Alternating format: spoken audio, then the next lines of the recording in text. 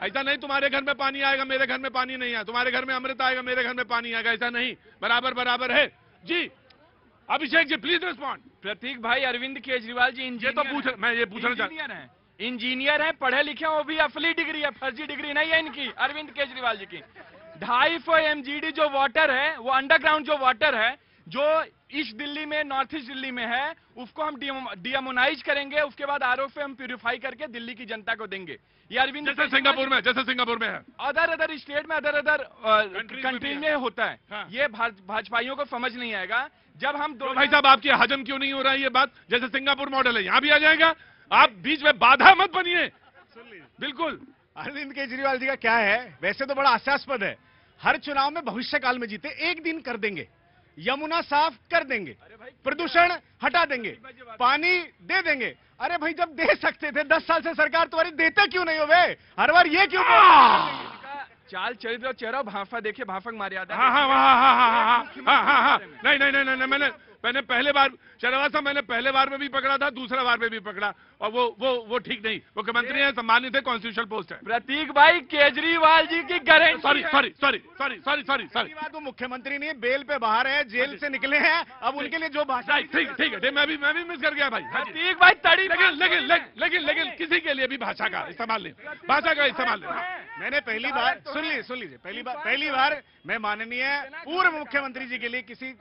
ठीक भाई, बेल पे वाली बात नहीं, वो तड़ी पार तो नहीं अरविंद केजरीवाल जी, ये तो तय है। और अरविंद केजरीवाल जी के प्रतीक भाई गारंटी है, सूरज भगवान में बार बार कहता हूं, पूरब से पश्चिम डूब सकता है, लेकिन अरविंद केजरीवाल जी की गारंटी फेल नहीं। अब देखो धीरे धीरे सेंटा क्लॉज जी, नमस्ते, कहां से हैं ये? मध्य प्रदेश से सर। मध्य प्रदेश से शो देख रही हैं? रीवा से देख रही हैं। अभी देखिए यहीं पे सफेद टाइगर निकालूंगा मैं, मोहन यहीं पे आएगा, देखिएगा अभी थोड़ी देर। हाँ जी, मैं ये कह रहा था कि जो जनता है उसको 3 चीज चाहिए, सड़क, पानी और बिजली। यहाँ पर बिजली और पानी ठीक है, लेकिन सड़क, उत्तम नगर से मैं आने लगा, इतना प्रदूषण, इतनी गंदगी, और कॉलोनियों में सड़क तो है ही नहीं, एकदम कॉलोनियों में सड़क नहीं है, जनता मांगती बहुत है जी। मैं आया पहले कांग्रेस, जनाबे अली, मुझे अभी तो घोषणा नहीं करी है, लेकिन लोग बता रहे हैं कि आप 3100 दे देंगे, ये 21 दे रहे हैं, आप 31 दे देंगे। हमने तो नहीं कहा, कब कहा, किसने? नहीं, हमारा पता चल रहा है। मैं अभी भाई साहब ने कहा वो दूर से आ रहे हैं, सड़कें बहुत टूटी हुई हैं। हाँ। अभी भाई साहब ने कहा, मैंने सुना कि सड़कें बहुत टूटी हुई हैं। दिल्ली की मुख्यमंत्री आतिशी जब बनी, उन्होंने कहा दिल्ली में गड्ढे भरने का काम करना है, दिल्ली में गड्ढे भरने का काम करना है। तो 10 साल केजरीवाल जी ने दिल्ली में गड्ढे दे दिए, और आतिशी जी ने वो गड्ढे भरने का काम शुरू किया। जब शीला दीक्षित जी हटी यहां से सरकार से, तो वर्ल्ड क्लास सिटी बनी थी।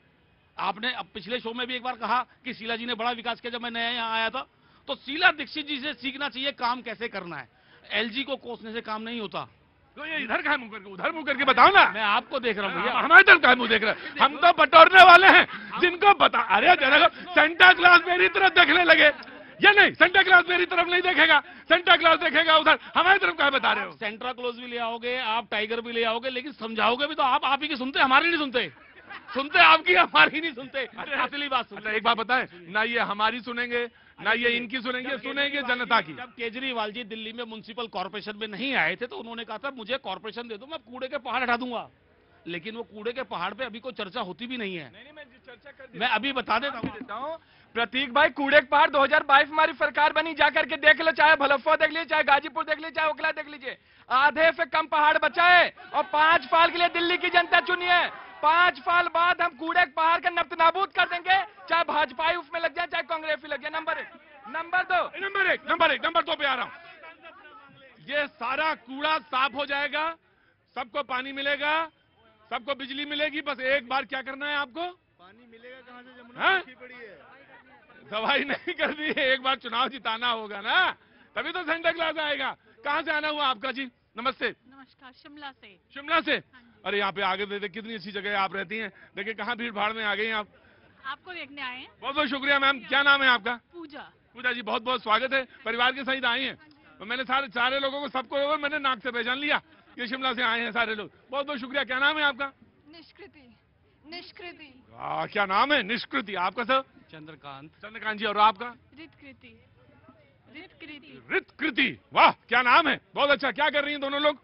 ये पढ़ते हैं। क्या कर रही हैं आप? मैं कॉलेज में हूँ, आर्किटेक्चर पढ़ रही हूँ। आर्किटेक्चर। और आप? मैं +2 में। वेट करिएगा, 2 मिनट वेट करिएगा, मैं आता हूं आपके पास। जी प्रतीक जी, आपने शो की शुरुआत की थी सेंटा क्लॉज से। हाँ जी। तो सेंटा क्लॉज तो सिर्फ एक होता है जो खुशियां बांटता है और विकास करता है, बाकी जो होते हैं ना बहरूपी होते हैं जो लूटते फिरते हैं। तो आप सेंटा क्लॉज सारे मत के, सेंटा क्लॉज सिर्फ एक ही है जो देश का विकास कर रहा है। अभी बात की थी भाई साहब ने कि हम पानी का जो इन्होंने 3D डिस्क्रिप्शन दिया था ग्राफिकल के फ्यूचर में क्या क्या करेंगे, तो मैं पहले ये कहना चाहती हूँ कि भाई साहब आपसे 10 साल में यमुना को नाला बनाते हुए आपने वापस यमुना बनी नहीं, आप पता नहीं क्या क्या लगाएंगे। ये तो जनता को पूरा भरोसा है कि आप 10 साल में कुछ ना कर पाए तो अगले 15 साल में भी कुछ ना कर पाएंगे।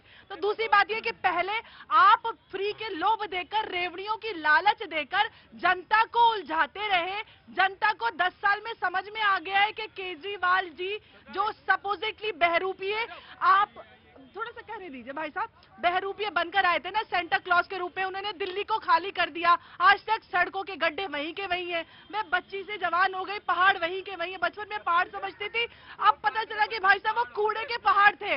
तो अब तक बदलाव नहीं आया। दिल्ली में तो अब क्या आएगा, हम बुढ़ापे की ओर नहीं हो पाएगा।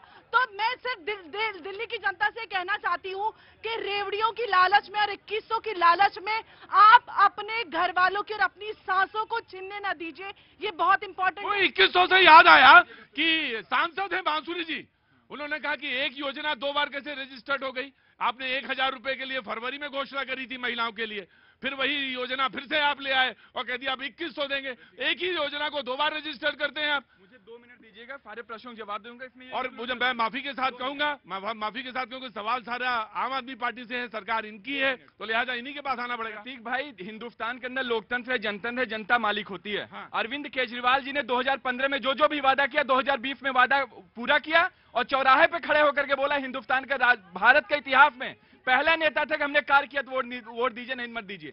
जनता ने उनके कामों पे मुहर लगाई, दोबारा मुख्यमंत्री बनाया। फिर हम 2025 में जो वादा करें, वादा हमने पूरा किया है। जो वादा नहीं किया वो गलती भी मान रहे हैं। जो 3 वादे थे, चाहे यमुना सफाई इतना तो कर दिए, भाजपा के पदाधिकारी जाकर डुबकी तो लगाना स्टार्ट कर दिए हैं। नंबर 1।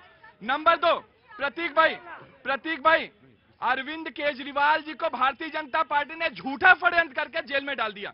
4 मार्च 2024 को अरविंद केजरीवाल जी ने दिल्ली की जनता से, दिल्ली की माताओं बहनों से वादा कि हम आपके अकाउंट में 1000 रुपए देंगे।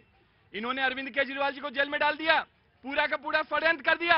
अरविंद केजरीवाल जी जैसे बाहर आए, माताएं बहनें उनके पास पहुंची, बोली जी हमें पीड़ा है, दर्द है, 1000 अभिषेक डिबेट कर रहे हो कि सत्यनारायण भगवान कथा सुना रहे हो? गजब यार।